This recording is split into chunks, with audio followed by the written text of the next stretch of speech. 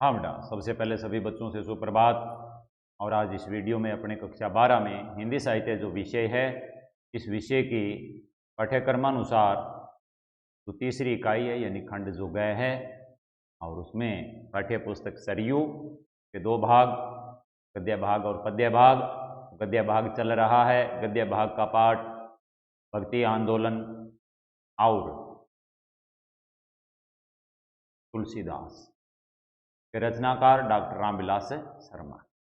यद्यपि पूर्व की वीडियो में मैंने इस पाठ के रचनाकार का परिचय, पाठ की व्याख्या करवाई है, और अब मेरा सभी बच्चों से आग्रह रहेगा कि वे सरयू पाठ्य पुस्तक के गद्य भाग के पाठ भक्ति आंदोलन और तुलसीदास के निकालें और प्रश्न संख्या 122 पर मेरे साथ पाठ को पढ़ें, समझें, इसका अध्ययन करें। तो देखिए बेटा, पूर्व में ये बात चल रही थी कि तुलसीदास जी को निराला जी ने रहस्यवादी बताया है। और क्यों बताया है? क्योंकि चाहे तुलसीदास है, तुलसीदास जी के समान, चाहे वो कबीर है, जायसी है, आदि जो भक्त कवि हुए हैं, इन्होंने अपने साहित्य के द्वारा समाज में मानव प्रेम को सबसे बड़ा धर्म माना है। इनके साहित्य की देन यही है कि इन्होंने मानव धर्म को, मानव प्रेम को समाज में स्थापित करवाया है साहित्य के द्वारा, और इसी चीज को रहस्यवाद माना है। आत्मा और परमात्मा का मिलन करवा के अद्वैत सत्ता से ब्रह्म और जीव का मेल करवाना ही इनका मूल मकसद है। और यह मेल कैसे संभव है? ब्रह्म और जीवात्मा का जो मेल है वो मानव प्रेम से ही संभव है। इसी को रहस्यवाद यानी मानव प्रेम से उन्होंने जोड़ा है। जायसी ने लिखा है इसी मानव प्रेम के लिए, सैयद अशरफ पीर प्यारा, सैयद को कह रहे हैं अशरफ पीर प्यारा, जे ही मोती पंथ दीने उजियारा, ने मुझे उजाला दिया है, प्रकाश दिया है, लेसा ही है प्रेम कर दिया, जैसा हृदय के अंदर प्रेम किया, उठी ज्योति भा निर्मल हिया। हृदय मेरा क्या हो गया? आपको पाकर के तो मेरा ही है, मेरा हृदय क्या हो गया? निर्मल हो गया। जायसी के ज्ञान नेत्र खुले, उन्होंने जो प्रकाश दिखाई दिया वह प्रेम का प्रकाश था। तुलसी ने लिखा इस प्रकार से, जायसी ने ज्ञान नेत्र खोल करके और जो प्रकाश प्रकट किया वो प्रकाश कौन था? प्रेम का प्रकाश था, मानवीय प्रेम। और यही मानवीय प्रेम है, यही मानवीय प्रेम जिसको हम इंसानियत कहें, मानवता कहें। बेटा, तुलसीदास जी ने लिखा है, अस मानस मानस चक चाही, बही विबुद्धि विमल अवगाही, बह्यु हृदय आनंद उछाहू, गेहू प्रेम प्रमोद प्रबाहू। यहां भी ज्ञान नेत्र खुलने की बात कही है। तुलसीदास जी ने ज्ञान नेत्र खोलने की बात कही है। जो प्रकाश दिखाई देता है उसमें प्रेम प्रवाह ही उमंगता है, पैदा होता है। ज्ञान नेत्र खुलने के बाद में वास्तविक हृदय के ज्ञान नेत्र जब खुलते हैं तो व्यक्ति के सामने वास्तविक जब ज्ञान होता है तो प्रेम का प्रकाश उमंगता है, प्रकट होता है, पैदा होता है। यही प्रेम की भावनात्मक एकता, ये एक तरह से भावनात्मक, क्योंकि ये हृदय से निकलती है, भीतर से निकलती है।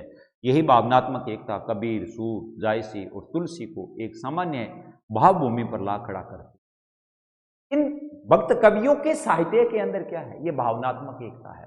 ये चीज, ये मानवीय प्रेम, ये मानवीय प्रेम का जो प्रकाश है वह चाहे कबीर है, जायसी है, तुलसी है, सूर है यानी सूरदास जी है, सभी इन भक्त कवियों के साहित्य के अंदर ये मानवीय प्रेम का जो प्रकाश है वो प्रकट होता है। या इन्होंने मानवीय प्रेम का प्रकाश ही प्रकट किया है, जो एक सामान्य भावभूमि, सभी की भावभूमि समानता है, ये ला खड़ा करती है। तुलसी के उपास्य देव को कर्मकांड नहीं, प्रेम ही प्रिय। तुलसीदास जी जिसकी उपासना करते हैं उसमें वे कर्मकांडों को, कर्मकांड वाले उपास्य को नहीं मानते हैं। किसको मानते हैं? वो प्रेम करने वालों को, उसी की वो उपासना करते हैं। तो फिर कैसे कहा जा सकता है, जो लोग, जो आधुनिक साहित्यकार या रचनाकार ये कहते हैं कि जो भक्ति आंदोलन था, ये भक्ति आंदोलन जिसमें राष्ट्रीय एकता नहीं थी। अरे जब ऐसे भक्त कवियों ने परस्पर आपस के अंदर एक प्रेम के प्रकाश के सामान्य भाव भूमि के ऊपर ला करके खड़ा कर दिया, तो ये एकता ही थी। ये भावनात्मक एकता ही तो राष्ट्रीय एकता का रूप ले गई। इसलिए ऐसे तर्क देने वाले, ऐसी बात कहने वाले रचनाकारों को अपना भक्ति काल का जो इतिहास है, ये भक्ति काल का अध्ययन करना चाहिए।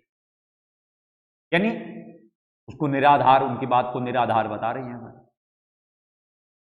तुलसी के उपास्य देव को कर्मकांड नहीं, प्रेम ही प्रिय है।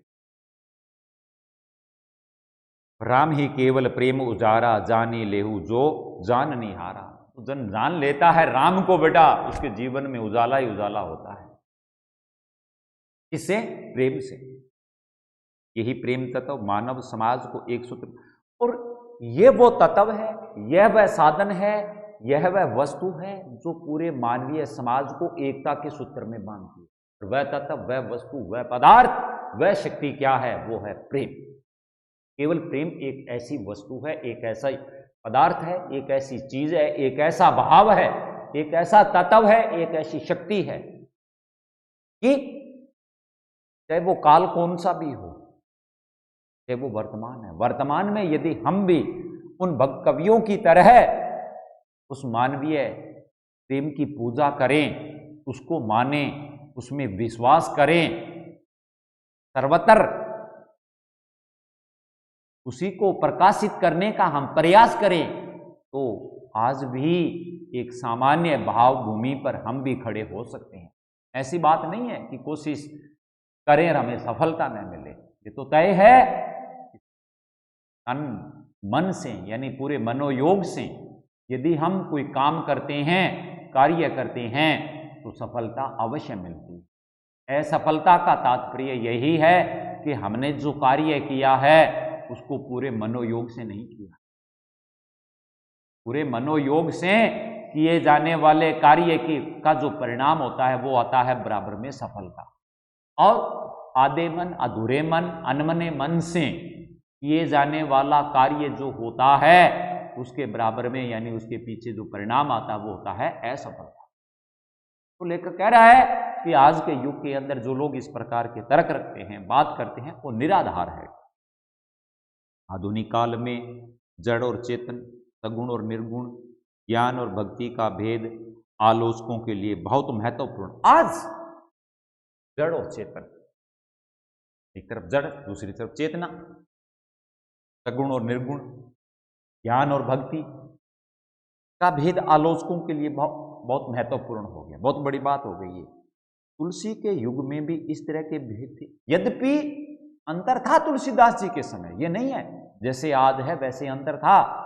जड़ चेतन, निर्गुण सगुण, ज्ञान भक्ति, ये इस तरह का भेदभाव उस समय भी था, लेकिन उसमें आज वाले भेदभाव में अंतर है। वो क्या? तुलसी के युग में भी इस तरह के भेद थे, किंतु तुलसीदास तथा अन्य कवियों का प्रयत्न इन भेदों के दूर। आज के जो रचनाकार है, आज का जो युग है, आज का जो साहित्य है, उसमें कोई अंतर दिखाई देता है, कोई भेद दिखाई देता है, जहां कहीं मतभेद है उसको बहुत बढ़ा चढ़ा करके उसका वर्णन करते हैं। उसके द्वारा खाई है वो और बढ़ती जाती है, लेकिन उस समय खाई बढ़ाने की जगह उस खाई को वो कम करते जाते थे। वेदों का तो जिक्र करते थे, लेकिन करने के साथ साथ उनके प्रयास थे, उनकी कोशिश थी, भेद उनकी कोशिश से क्या हो? कम हो, ताकि समाज में क्या बने रहे? प्रेम भाव बना रहे, मानवीय प्रेम बना रहे, एक रूपता बनी रहे, भावनात्मक रूप से लोग जुड़ते रहे एक दूसरे के साथ। भक्ति आंदोलन क्यों सफल हुआ? इसीलिए तो हुआ। तोरण काल क्यों कहा जाता है? इसीलिए कहा जाता है कि भावनात्मक रूप से लोग जुड़े। यही भावना बनाए रखने के लिए, इसी भावना का और ज्यादा बड़ा करके उस युग के रचनाकारों ने इसका चित्रण किया। दूर करने के लिए था, उन्हें दृढ़ करने के लिए नहीं। आज वाले दृढ़ता प्रदान करते हैं, उन्होंने दृढ़ता प्रदान नहीं की, दूर करने के उपाय किए थे। कोशिश उनकी थी कि वो दूर हो गए। रायसी ने लिखा है, बेटा, प्रगट गुप्त सो सर्व व्यापी, धर्म चिन्ह है न चिन्ह है पापी। प्रगट गुप्त सो सर्वव्यापी, धर्मी चिन्ह न चिन्हे पापी। भेद है, जैसे उसको दूर कर रहे हैं। प्रगट गुप्त सो सर्वव्यापी, जो चीज गुप्त है, भीतर है, वो प्रकट होनी चाहिए, सर्वव्यापी होनी चाहिए, सबको पता चलना चाहिए। धर्मी चिन्ह न चिन्ह पापी, धर्म के चिन्ह, मानवीय धर्म के, मानवीय प्रेम रूपी धर्म के धर्म, वो चिन्ह बने रहने चाहिए। न चिन्ह पापी, पाप फैलाने वाला, पाप बढ़ाने वाला, वेदों को बढ़ाने वाले चिन्ह नहीं रहने चाहिए। गोस्वामी जी के समकक्ष लिखा था तुलसीदास जी ने भी, अगुण सगुण दुई ब्रह्म सुगुण, चाहे अगुण है चाहे निर्गुण है चाहे सगुण है, दोनों ही किसके रूप है? ईश्वर के रूप है, ईश्वर की चीज। कि जो भेद है निर्गुण और सगुण में, आज वाले बढ़ा रहे हैं, उन्होंने बढ़ाया नहीं, दोनों को उसी परमात्मा का ही रूप माना है। इससे भेद क्या हो रहा है? कम हो रहा है, बढ़ नहीं रहा है, खाई बढ़ नहीं रही है। अगुण सगुण दुई मतलब दोनों ब्रह्म स्वरूप, अखत अगाध अनादि अनूपा। एकत में अगाध है, अनादि है, अनुपा है, वही है सब कुछ। एक दारुगत देखू एकू, पावक समजुग ब्रह्म विवेकु। सब एक है, कोई अंतर नहीं है। तात्पर्य तुलसीदास जी ने इन भेदों को दूर करने का प्रयास किया। निर्गुण और सगुण परस्पर विरोधी नहीं है, एक ही सत्ता है, व्यक्त और अव्यक्त दोनों हैं। कबीर की युक्ति इसी तरह से, कबीर जी ने भी एक रूपता मानवीय प्रेम रूपी धर्म को ज्यादा महत्व दिया है। कबीर जी ने लिखा है, तय चेत अचेत खंभ दो मन रचा हिंडोर के। कि जड़ और चेतन, चेत अचेत, जड़ चेतन है, एक ही है, मन की बात है। तय झूले जीव जहान जहद कतहु नहीं थिर ठोर है। तह झूले जीव जहान तय कतहु नहीं थिर ठोर है। कोई ठिकाना नहीं है तो उस ब्रह्म के पास ही है, वहीं से निकले हैं, वहीं उसी के अंदर समाहित होते हैं। कबीर जैसी तुलसी की एक सामान्य दार्शनिक, तीनों का जो साहित्य था, तीनों को साहित्य, सूर, कबीर, जायसी और तुलसीदास, इन तीनों भक्त कवियों का जो साहित्य था, उस साहित्य की जो विचारधारा थी वो दार्शनिक थी। बड़ा रचनाकार ने इनकी साहित्यिक विचारधारा को दार्शनिक विचारधारा माना है। उसी के अनुरूप उनके साहित्य की सामाजिक विषय वस्तु बहुत बड़ी, और यही कारण रहा है, इसी दार्शनिकता के चलते उनके साहित्य की जो विषय वस्तु है उसमें समानता उभर करके आई। यानी इन भक्त कवियों ने समाज को जोड़ने का काम किया, तोड़ने का काम नहीं किया। मजहब कहा जाता है ना कि मजहब नहीं सिखाता आपस में बैर रखना, धर्म कभी तोड़ना नहीं सिखाता, धर्म जोड़ना सिखाता है। और धर्म कौन सा? मानवता रूपी धर्म, मानवीय प्रेम रूपी धर्म। इन भक्त कवियों का जो साहित्य था, यह साहित्य मानव प्रेम रूपी धर्म की व्याख्या करता है, उसको ज्यादा महत्व देता है। आगे देखिए बेटा, भक्ति आंदोलन अखिल भारतीय सांस्कृतिक आंदोलन था। अखिल भारतीय, ये बात हम पूर्व में भी पढ़ चुके। ये भक्ति आंदोलन कोई ऐसा वैसा आंदोलन नहीं था। भारत में विभिन्न धर्मों, जातियों, वर्गों, श्रेणियों के लोग निवास करते हैं। हमने पूर्व में पढ़ा है, पर चर्चा हुई है, इस आंदोलन के अंदर सभी धर्मों के, जातियों के, समुदायों के, संस्कृतियों के जो लोग थे वो बढ़ चढ़ करके और सहयोग कर रहे, तभी तो ये आंदोलन सफल हुआ, कामयाब हुआ। ये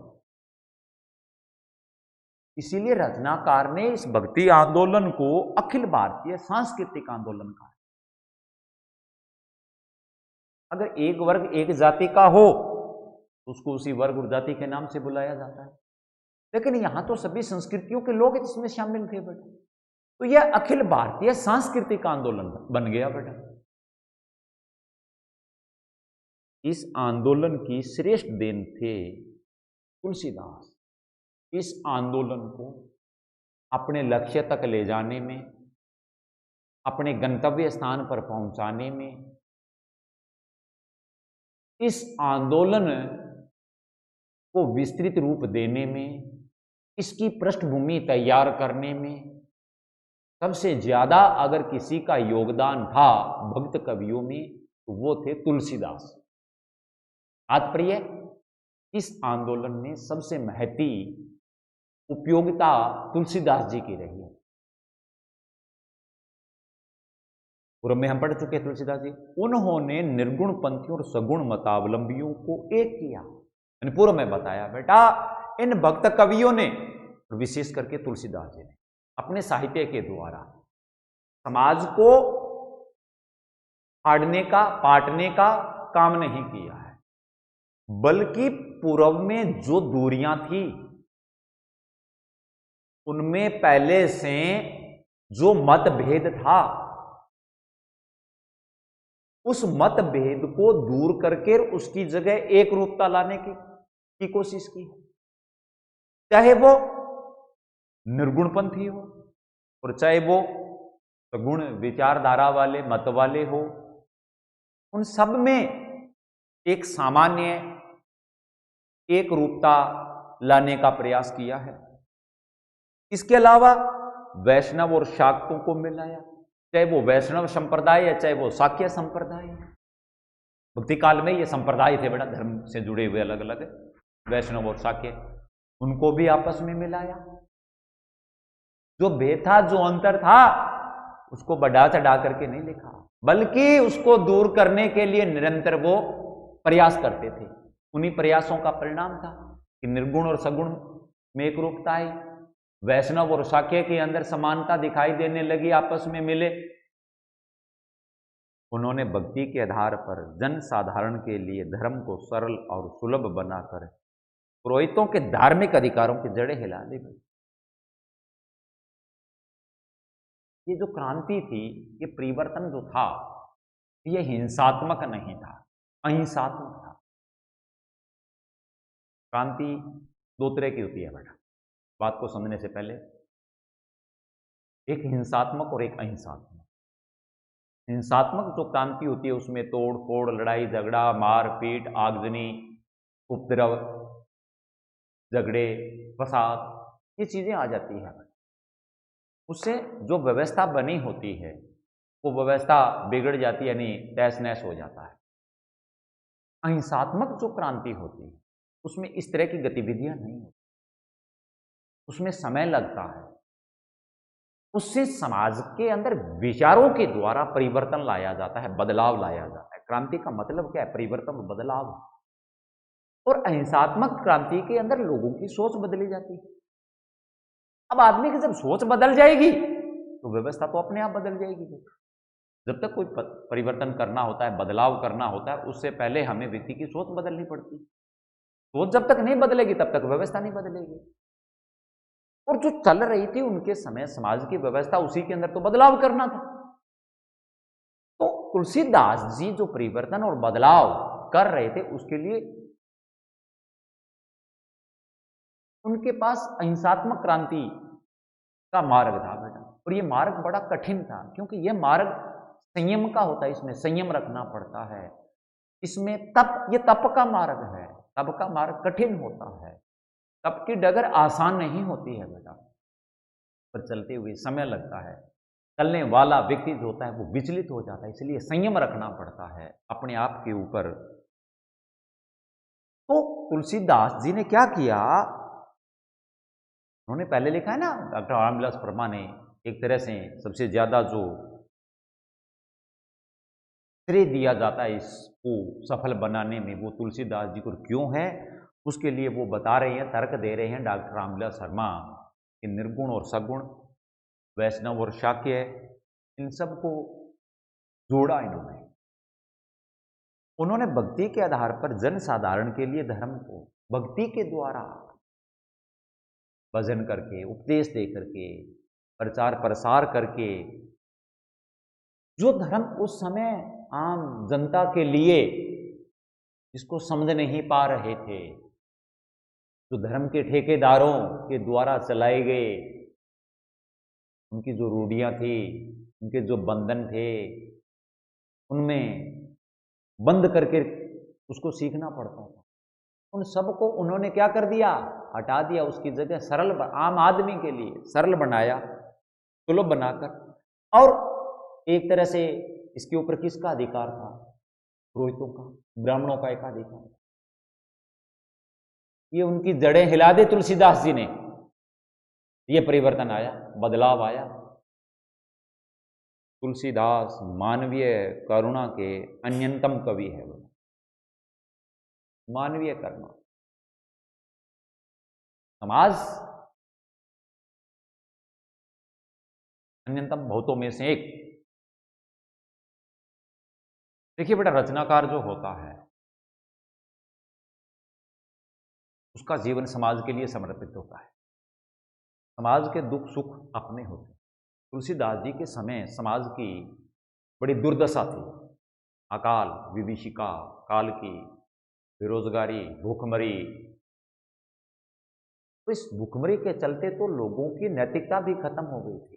कोयतावली में लिखा है तुलसीदास जी ने, बेचत बेटा बेटी, पेट की आग को शांत करने के लिए अपने बेटे और बेटियों को भी बेच देते थे।